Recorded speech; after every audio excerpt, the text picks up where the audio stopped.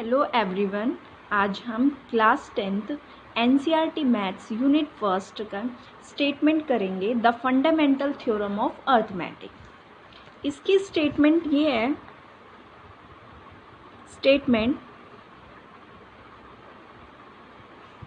Every composite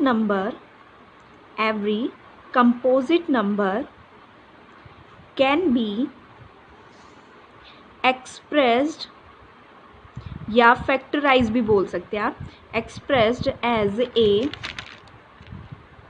A product of prime and this factorisation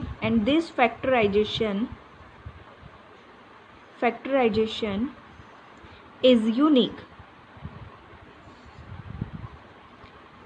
apart from the order in which prime factor occur। यहाँ पे हमने इस statement में बोला हुआ है एवरी कंपोजिट नंबर, यानी कि हर एक जो कंपोजिट नंबर है, अगर हम कोई भी एग्जांपल लेके चल रहे हैं तो वो क्या हो गया, कंपोजिट नंबर हो गया, ठीक है। बट यहाँ पर क्या बोल रहा है कि हर एक जो कंपोजिट नंबर होगा उसे हमें एक्सप्रेस्ड करना होगा as a product of prime में, and this factorization is unique, और वो फैक्टराइजेशन कैसी होनी चाहिए, यूनिक होनी चाहिए, apart from the order in which prime factor occurs, और उनका ऑर्डर उस तरीके से होना चाहिए जैसे कि प्राइम फैक्टर्स का होता है। यहाँ पर कंपोजिट नंबर जो है, कंपोजिट नंबर का मतलब क्या होता है पहले ये समझते हैं। कंपोजिट नंबर जिसमें हमें क्या मिले, फैक्टर्स मिले other than 1 and itself is called composite number. और प्राइम हमें पता है, प्राइम क्या होता है, बस अपने ही टेबल में आता है। प्राइम नंबर में हम ले सकते हैं, जैसे यहाँ पर हो जाएगा 2, 3, 5, ये क्या हो जाएंगे, प्राइम नंबर। इसके बाद है, हम एग्जाम्पल से भी समझ सकते हैं इसको।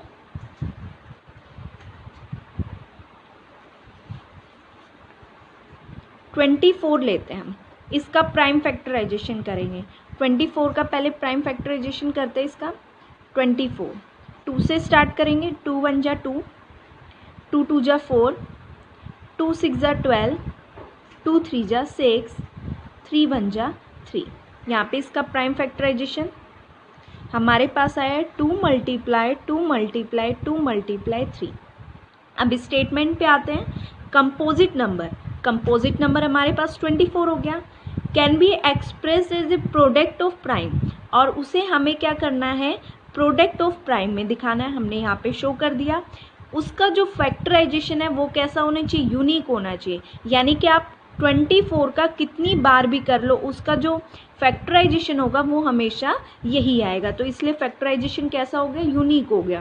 Apart from the order in which prime factor occurs, यानी कि यहाँ पर जैसे प्राइम फैक्टर्स आते हैं, यानी कि 2 3 5, तो उनकी तरह ही ऑर्डर उनका होना चाहिए। तो वही ऑर्डर आ रहा है सेम, तो ये इस ऑर्डर को हम क्या बोल देंगे, असेंडिंग ऑर्डर में। तो ये स्टेटमेंट का क्या है, प्रूफ हो गया है। इस एग्जाम्पल से आप इसको अच्छी तरह से समझ भी सकते हो। Thank you.